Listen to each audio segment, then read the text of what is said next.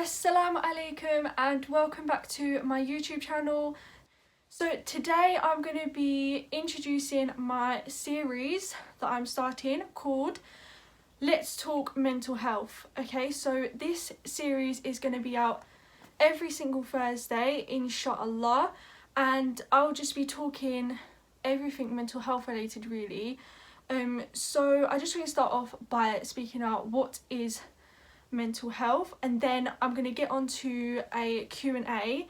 I asked over on my Instagram for people to ask questions about things that they struggle with and any advice that they want me to give. So this Q&A is going to start off my Let's Talk Mental Health series. So mental health can be defined as a person's condition regarding their psychological and emotional well-being. So this can range from just having a bad day to having a diagnosed mental health condition. Okay, so there's so many different things that fall under mental health. A lot of people have kind of a stigma that mental health is just about having a mental health condition, and that is not true.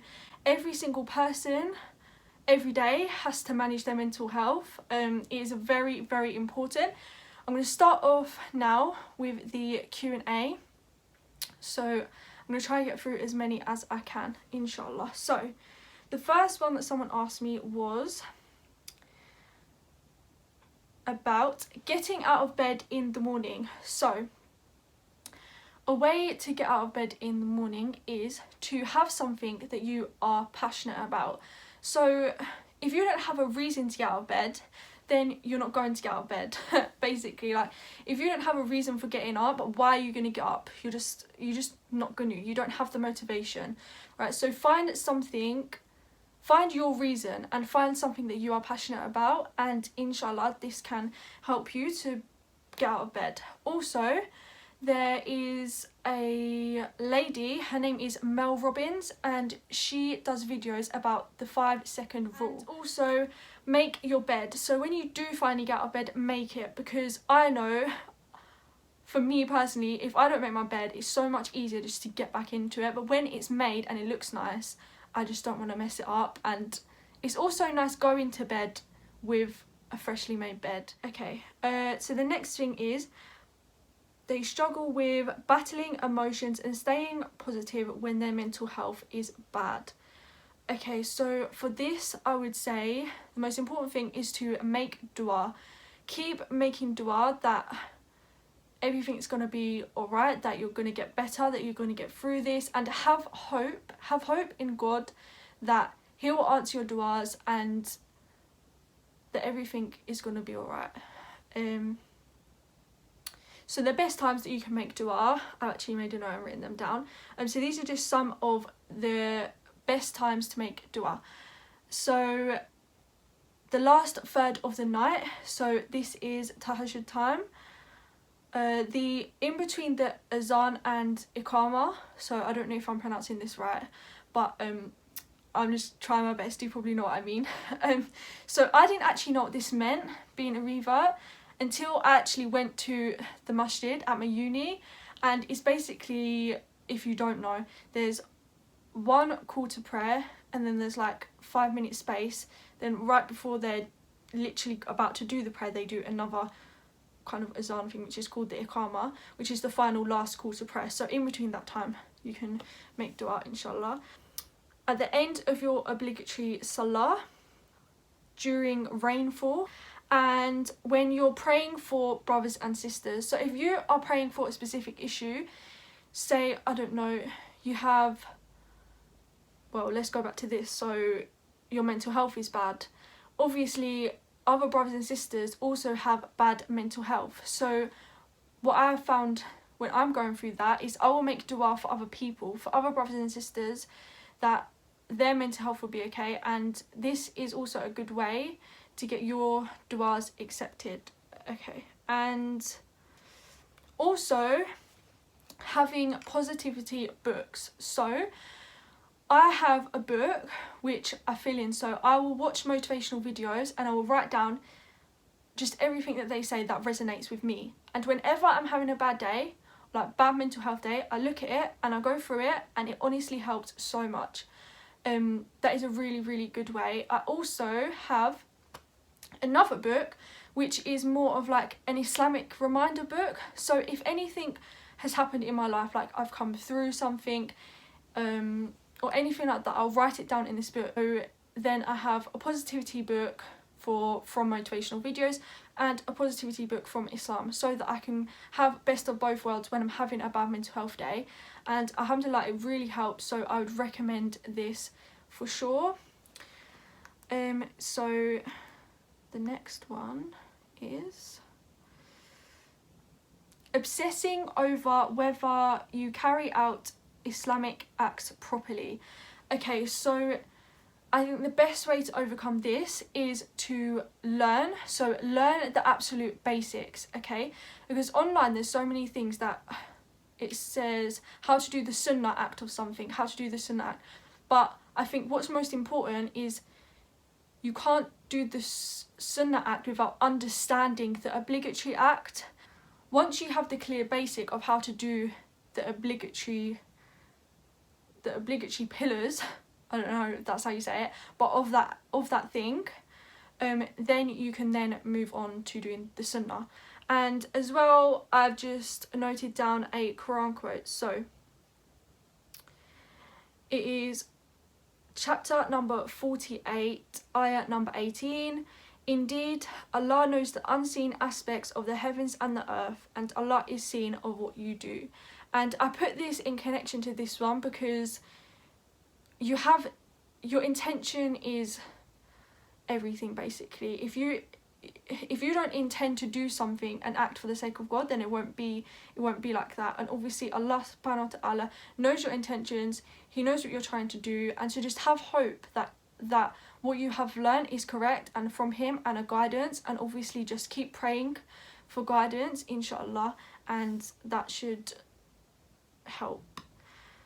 And so the next one was staying consistent with life and exam results. I'll always pick something negative out.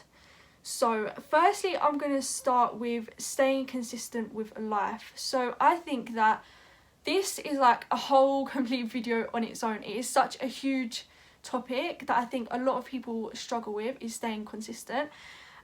So I think it's a lot to do with procrastination. So once we've done something and we like feel tired of it and we feel burnt out, then the next time we want to go back to it, it seems like such a huge task, and so you procrastinate. So inshallah, I will do a whole video on procrastination, but for now I will try to link down below a video that really helped me with learning how to stay consistent. So I'll link that down below, inshallah. And also I think it's very important to reward yourself. So start off small with little small things and reward yourself along the way, and inshallah it will be so much easier because it doesn't feel like you're being forced to do it, because there's not like this whole mountain of stuff that you need to get done. So yeah. And then secondly, you always pick something negative out. So sometimes it can be good to recognize the negatives in yourself, because then this helps us to learn. I think if nobody looked at the negative in their self, they would never progress and learn. And yeah, there's nothing wrong with looking at negatives and learning from them. But when you're constantly just bringing up the negatives, this is when it becomes unhealthy, because you're really not giving yourself credit. And I think that is one of the most important things, is to give yourself credit and recognise your progress, recognise your hard work, and reward yourself accordingly. Okay, so the next one is, what advice would you give a teenage girl struggling with mental health issues?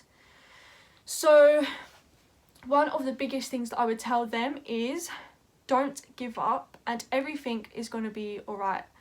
So when I was younger and going through my mental health struggles, I always used to hear this. I used to hear stories of people saying everything is going to be alright, don't worry, like you're going to get there. And I always thought, no, like that's just you, like you're different, that won't be me, that's not going to be me.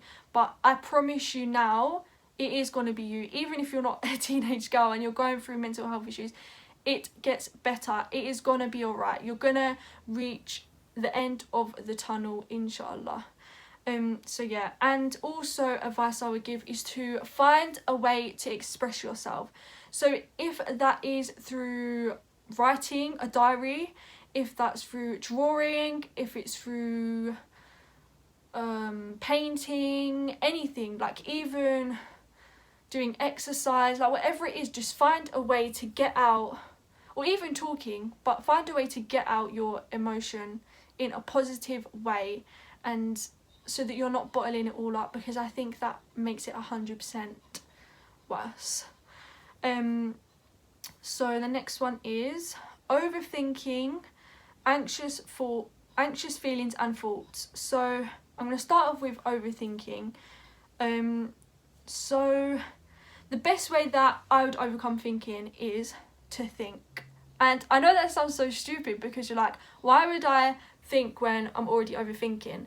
But it's actually there's actually a really good little exercise that you can do. So you can sit down, get a piece of paper or pen, paper, whatever, and write down and just think about every single negative thing that you're thinking about. If you're thinking about a situation and you can't stop thinking about negative outcomes, write every single one down. Worst possible case scenario and best possible case scenario. I really can't get my words out today.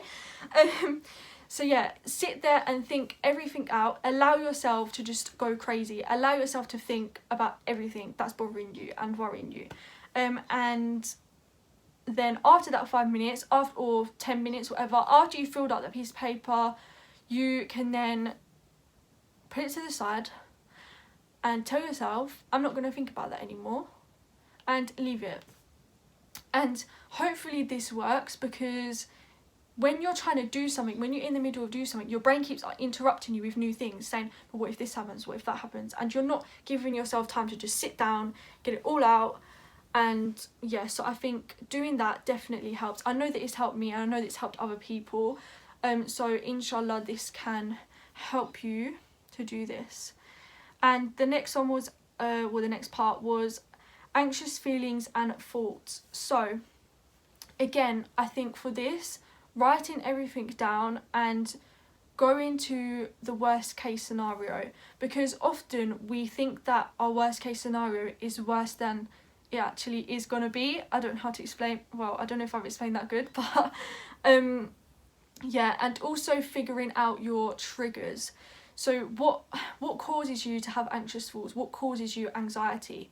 And quite often there's just a thing in our life that is causing it and making our anxiety worse and giving us more anxious thoughts. So sometimes it's something that we can remove, and sometimes it's something that we need to manage. So for example, leaving the house, okay, we have to leave the house, but if you have anxious thoughts about leaving the house, this is something that needs to be managed. But for example, if you have a friend who causes you anxious thoughts and anxiety, you don't need to manage that. You don't have to put up with that at all, okay? You do not have to put up with anything from anyone. So with that, you can just remove it from your life and problem solved. So yeah, identifying what is causing it definitely helps. And if it obviously is affecting your life every single day, then I'd recommend that you see a therapist or someone who can help support you, because every single trigger has to be tackled differently, and sometimes we just don't know how to do it on our own. So yeah. And the next one is negative thoughts. So for this, I would definitely recommend gratitude. So being grateful for things on a daily basis, studies show that it helps your mental health and physical health. And people who are grateful are just more likely to be healthier and happier. And yeah, currently over on my Instagram, we are in the middle of, well, nearly coming towards the end of a gratitude challenge. It is going to be left up on my story highlight. So if you want to go over to my Instagram account and do that, do the gratitude challenge, then that is a good place to start. If not, then you can just write every single day 3 things that you are grateful for. And inshallah, this will help you to have more positive thoughts about life and just things in general. And the next one will be exercising and eating superfoods. So eating healthy and exercising can increase endorphins to your brain, which will help you to be happier and to ultimately think more positive. Okay, and the next one is being kind to yourself. So this is something that I personally struggle with, and I think a lot of people struggle with. Being kind to yourself means sometimes sacrificing things that other people want you to do, and it means taking time out for yourself and not giving people so much of your energy, and this can be quite hard. And I do want to do a whole video on that, inshallah, because yeah, it's something very important. But a little thing that you can do to be kind to yourself is look at your actions and the things that you do as if your friend is doing it. So give yourself advice like you would give a friend. If you're going through a hard time or a bad time, give yourself advice like you would a friend, and treat yourself like a friend. And also reward yourself, so just little rewards, even by, I don't know, so I got out of bed today, okay, well done, and go out and buy yourself a chocolate bar, because that is a really good thing that you've overcome. Anything, any little thing, reward yourself for it. Don't ever think that, like, oh well, that's such a small thing, because to you that is actually a great achievement. And don't belittle yourself, and do not put yourself down. Yeah, so the next one is exhaustion and fatigue. So I think the most important thing with this is to figure out why are you exhausted and what is causing your fatigue. Because if you are constantly busy, if you're constantly doing things, if you're constantly committed to a lot of things, then the answer to that would be try and cut down on doing so much things. And yeah, sometimes we can cause ourselves to have a burnout, so we just do so much that we get burnt out and we get exhausted and tired and we don't want to do anything anymore. And I think it's important to prevent this from happening. So recognize the things that make you tired, say no to certain things, and yeah, it comes back to self-love and caring about yourself along the way. Just take time out and give yourself enough time to recover. Do the things that you like doing, and yeah, I think that's it. I'm sorry, I've just realised that I keep looking down, but I do have my phone here with all of everyone. That's why I keep looking down. I probably should have